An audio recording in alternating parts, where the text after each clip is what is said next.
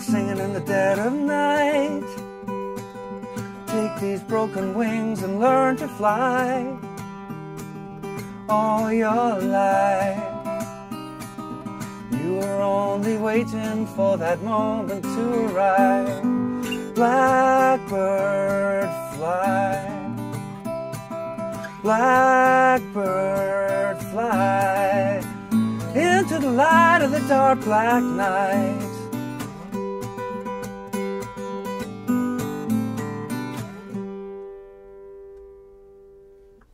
Hey, how you doing? Justin here. Today we are checking out the classic acoustic guitar song Blackbird by the Beatles. Beautiful playing here by Paul McCartney.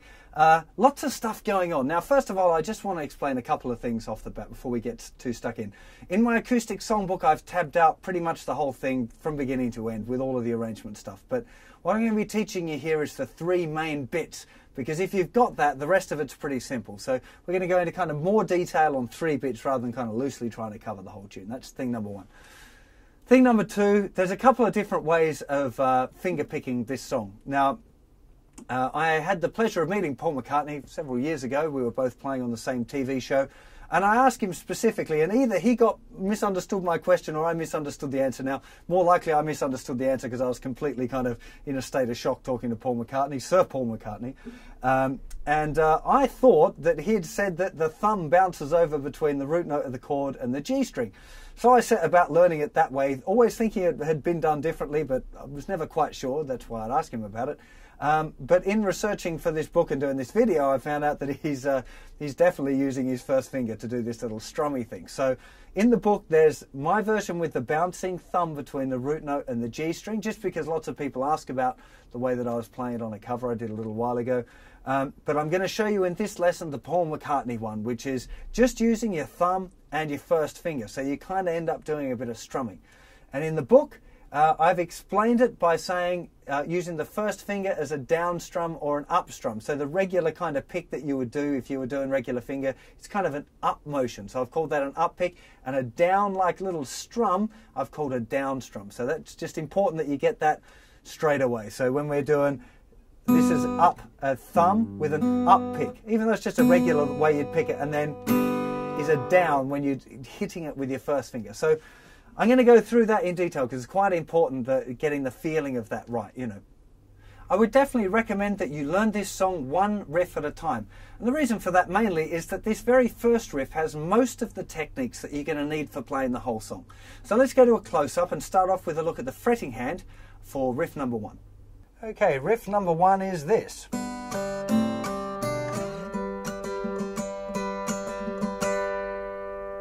I'm sure you recognise that. It's in the intro and it's used for the verses. So what's going on? We've got our third finger, 3rd fret of the thicker string, and we play the open B string at the same time. Then we've played the open G.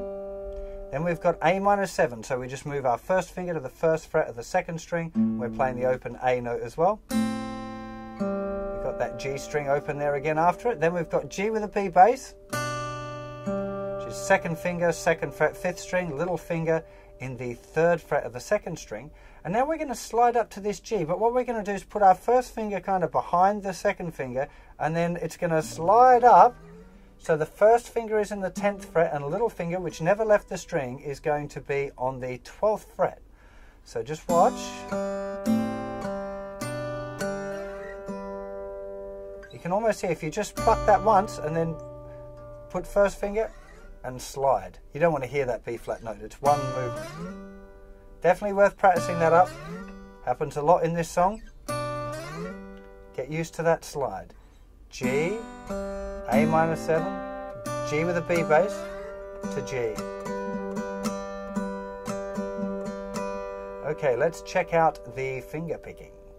Okay, we're starting here with the thumb playing the thicker string, which is the bass note for the G chord, and our first finger is going to be also plucking the 2nd string. Now the next note is this open G, but we're not going to pluck it regularly like we might with our first finger. We're going to use our first finger to do a little down pick. Now you're not going to find it's very easy to accurately pick out that one string, and if you accidentally hit some of the other strings sometimes, that's going to be okay. Paul does too when he's playing it, if you listen really closely. It's not a really exact kind of pattern. We got the thumb and the first finger playing regular, then that little down strum. Now we've got the thumb moved over to the 5th string, we're playing the 2nd string again, we've got the A minor 7 chord, and then that little down pick again with the 1st finger, down strum with the 1st finger if you like. Then the G with the B bass, then the open string, and then it slides up to the G. We've got the thumb and the 1st finger again. So just check that out, that first part. And again, G, A minor, G with a B bass, G, down, up, bass, up, down. Together, down, up, bass, up, down. Now we're doing a little strumming motion there with the 1st finger. Together, down, up, bass, up, down. Together, down, up, bass, up, down. You really want to practice that one up a little. Happens a lot in the song, this kind of idea of strumming with the 1st finger, you know. This is the bit, kind of, that's where the character's coming from, and that down pick kind of gives it a little bit of a beat as well.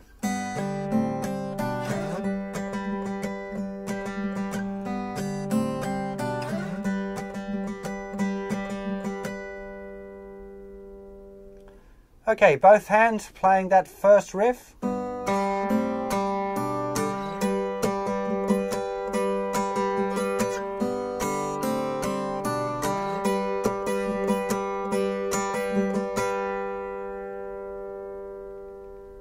As I mentioned before, what I would recommend you do now is spend a whole bunch of time making sure you get that first riff right. Those techniques are used right throughout the whole song.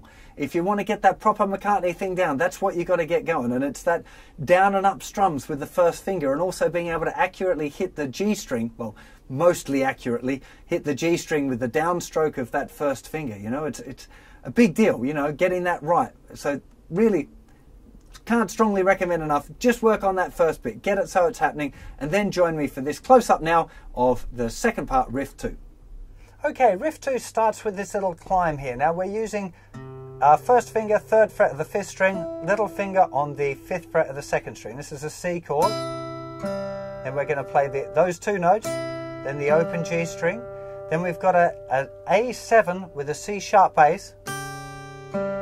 So this is 2nd finger playing the note C sharp, which is 4th fret, 5th string, and 1st finger on the note G, 3rd fret of the thinner string. Then we've got that open G again. Then we go to a D, same shape as the C chord, but up 2 frets, 1st and 4th fingers. Then we're playing the open G string again. Now we've got B7 over D sharp, which is again the same shape as the A7 over C sharp, with all these big names, but just up 2 frets. So you can see C, A7, D, B7 to E minor. Right, now this E minor, this is 1st finger in the 7th fret, little finger in the 8th fret. And when we reach the E minor, we're doing the little strumming pattern like we had on the original G, the together, down, up, bass, up, down. Together, down, up, bass, up, down. So make sure you've got that. Again, that technique, you can see why that technique's really important. C, A7, D, B7 over D sharp, E minor, E flat. All we've done is just move our 1st finger from the 7th fret to E flat. Now we're kind of going backwards here. D7, sorry, D rather, it's not D7. There's the open, those 2 notes, the D, the open G string, A7 over C sharp. We had that chord before. Then the open G to the C. We've got here now on the C the strumming. So together, down, up, bass, up, down. Then the little finger moves back 1 fret. We now got C minor. And now we move back again to B minor. Then to A7. So this is just 2nd finger in the 2nd fret of the 4th string, 3rd finger in the 2nd fret of the 2nd string. Now 1st finger is going in the 1st fret of the 2nd string. We've got the open D, still strumming. Now sometimes you can, I like putting my little finger here, just like the sound of it, but I think on the original you just hear that open string, open E string ringing out, and then it's going back to G. So let's look at the whole of this riff 2 again. We've got C, A7, D, B7 over D sharp, E minor, down, up, bass, up, down, E flat, down, up, bass, up, down, D, A7, C, down, up, bass, up, down, C minor, B minor, A7. Now sometimes I play the A bass note on this one and make it like an A minor sound, but it's kind of a D7 sus sound as well. Then to G. One more time.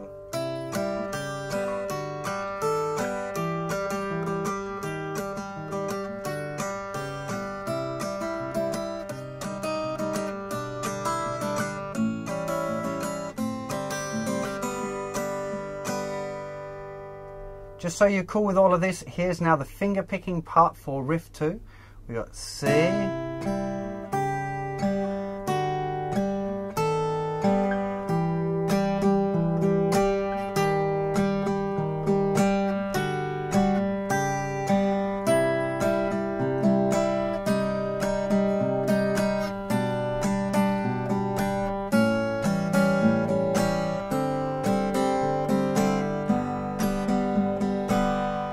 Okay, so here's a quick look at both hands together for the verse, which is riff 1 followed by riff 2. So we have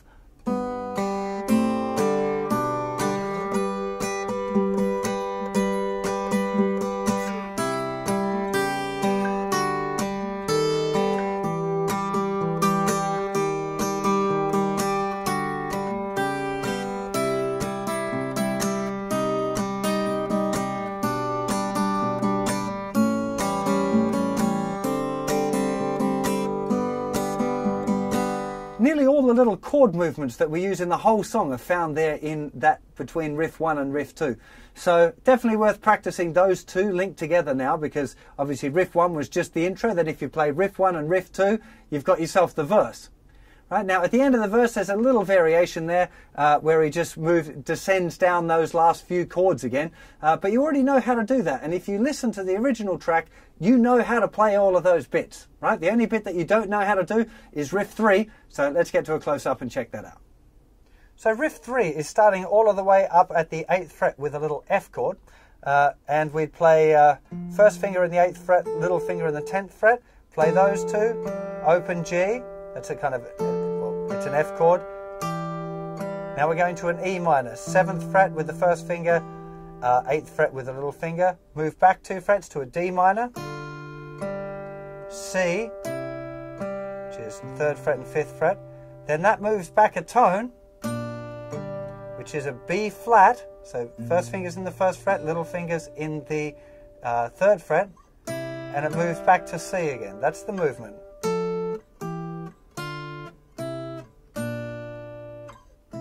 Make sure you get those chord grips first, and you know how to do that before you try and add the strumming, otherwise it's just going to be a real nightmare. So we're going to go here from F, E minor, D minor, C, B flat.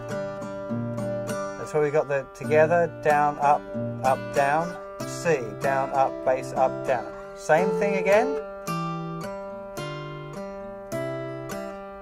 B flat, A7, which we've done before, C over D, and then we're back to the main riff. Both hands for riff 3.